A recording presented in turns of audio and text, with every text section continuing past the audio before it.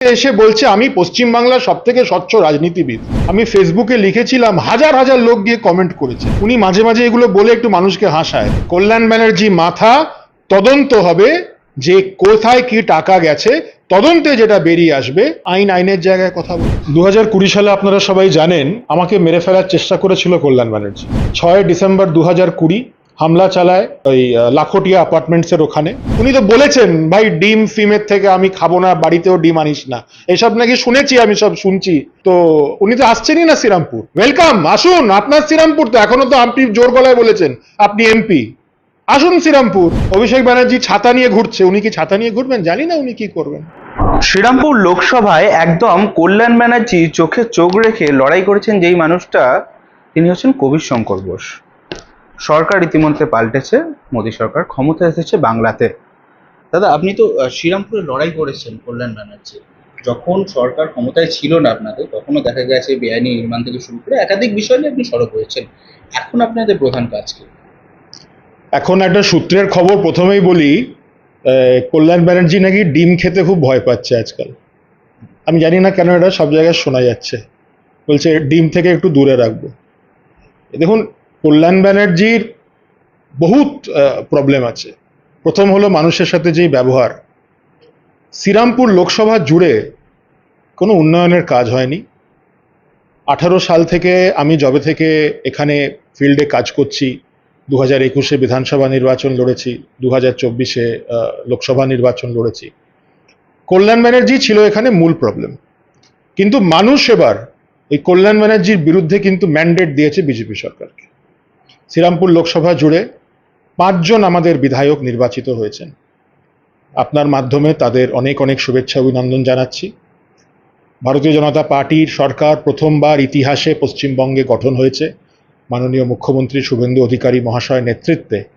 আগামী দিন শ্রীরামপুরের উন্নয়ন হবে, সার্বিকভাবে পশ্চিমবাংলার উন্নয়ন হবে এবং মাননীয় প্রধানমন্ত্রীর যেই স্বপ্ন বিকশিত ভারত 2047-এর ভেতরে, সেটা এবার পশ্চিমবঙ্গ তাতে অংশ দিয়ে প্রধানমন্ত্রীজির স্বপ্নটা পুরো হবে।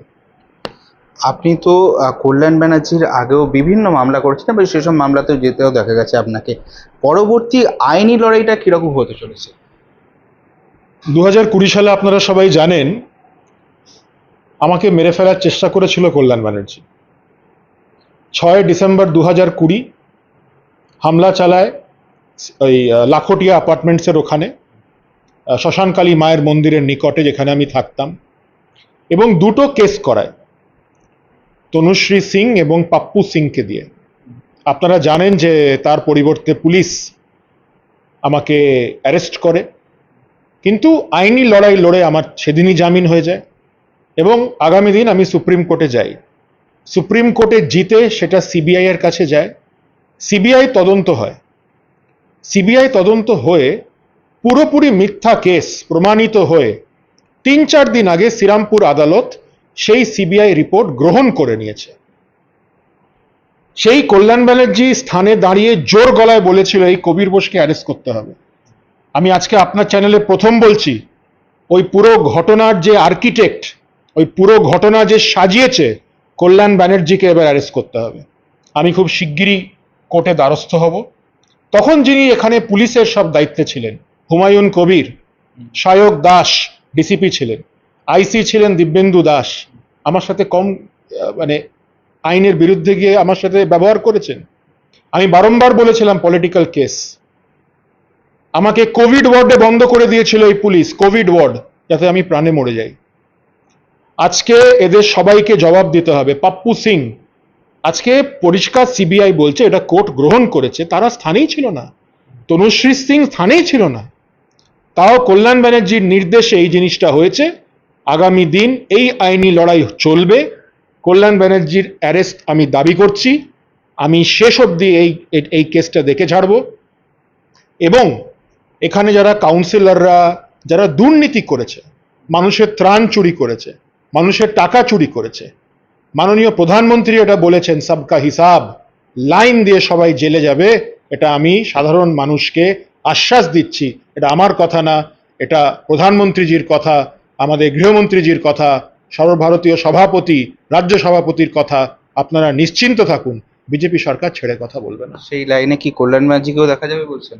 100% উনি মাথা, 100% উনি মাথা।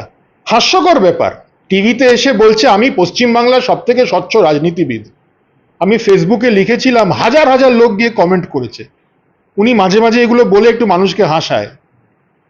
কল্যাণ ব্যানার্জি মাথা, তদন্ত হবে যে কোথায় কি টাকা গেছে, তদন্তে যেটা বেরিয়ে আসবে আইনের জায়গায় কথা বলবে।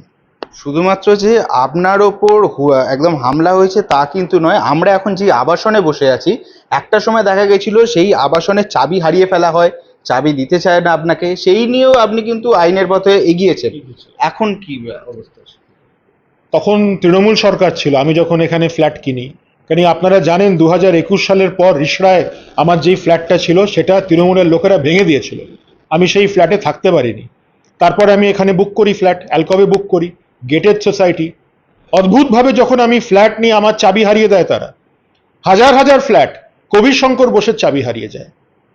তারপরে কি একটা বিষয়, আমাকে সিকিউরিটি গেট লাগাতে দেবে না, মানে আমাকে টার্গেট করে শ্রীরামপুরে ডিস্টার্ব করা। আমি তো মনে করি ওই গঙ্গা দর্শন থেকে, কল্যাণ ব্যানার্জির আবাসন থেকে ফোন আসতো এবং এগুলো হতো। এখন সরকার বদলে গেছে, এদেরও সুর বদলে গেছে, কিন্তু আমাকে আইনি লড়াই লড়তে হয়েছে। অ্যালকবের প্রতিও লড়েছি, আমাকে 144 করতে হয়েছে, এগুলো করেছি। এখন কোনো অসুবিধা নেই, আমরা শান্তিপূর্ণভাবে এখানে আছি। শ্রীরামপুরে আমাদের বিধায়ক নির্বাচিত হয়েছে, শুধু তাই না, তিনি রাজ্যের প্রতিমন্ত্রীও ঘোষিত হয়েছেন। শ্রীরামপুরে উন্নয়ন হবে, সার্বিক উন্নয়ন হবে। এটা একটা ঐতিহাসিক শহর, ডেনিশদের সময় থেকে প্রাচীন শহর, আধ্যাত্মিক শহর। সবাই মিলে এই শহরের সার্বিক উন্নয়ন হবে। অন্যতম শহর তৈরি হবে শ্রীরামপুর। এটা পার্টির দিক থেকে, আমার ব্যক্তিগত দিক থেকে আমি মানুষকে এই আশ্বাস দিলাম। যখন আপনারা ক্ষমতায় ছিলেন না, সেই নির্বাচনও কল্যাণ ব্যানার্জি চোখে চোখ রেখে লড়াই করেছেন। আগামী দিনে কি ওনাকে আহ্বান জানাবেন আপনার সঙ্গে লড়াই করে? আহ্বান জানাবার কিছু নেই, উনি তো ক্ষেত্রতে আসছেই না। ওনাকে দেখা যাচ্ছে ডোমজুর চণ্ডীতলায়। উনি তো বলেছেন, ভাই ডিম ফিমের থেকে আমি খাবো না, বাড়িতেও ডিম আনিস না, এসব নাকি শুনেছি, আমি সব শুনছি। তো উনি তো আসছেনই না শ্রীরামপুর। ওয়েলকাম, আসুন, আপনার শ্রীরামপুর তো, এখনো তো আপনি জোর গলায় বলেছেন আপনি এমপি, আসুন শ্রীরামপুর। অভিষেক ব্যানার্জি ছাতা নিয়ে ঘুরছে, উনি কি ছাতা নিয়ে ঘুরবেন? জানি না উনি কি করবেন। শ্রীরামপুর আসুক, মানুষকে ফেস করুক না। আচ্ছা, আপনি তো সাংবাদিক, এমপি ভোটে 2024-এ কিভাবে একজন সাংবাদিক বন্ধুকে অপমান করেছিল? এখন করতে পারবে? সাহস আছে? পারবে? মানুষকে এসে ফেস করুক। আমরা মানুষের সাথে জুড়ে আছি, ময়দানে আছি।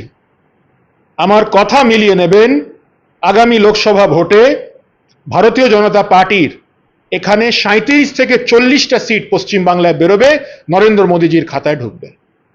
29-এর নির্বাচনে তাহলে মুখোমুখি হচ্ছেন বলছেন? আমরা দলের কর্মী, আমরা দলের কাজ সারা বছর করে যাই। আমার বাড়ি এখানে শ্রীরামপুরের মানুষের সাথে জুড়ে আছি। আমি ভারতীয় জনতা পার্টি ওয়েস্ট বেঙ্গলের লিগালটাও আমি দেখি, কো কনভিনার। মানুষের কাছে কাজে জুড়ে আছি। আমার একটা বহু বছরের সংকল্প, রাম মন্দির নিয়ে সংকল্প। প্রচুর কাজ আছে, ভবিষ্যতে কি হবে সেটা ভবিষ্যৎ জানে। আমরা ভবিষ্যৎ দেখে পার্টি করতে আসিনি। তৃণমূলের সাথে লড়াই ছিল, সেই লড়াইয়ে আমরা জিতেছি, আমরা সরকার গঠন করেছি।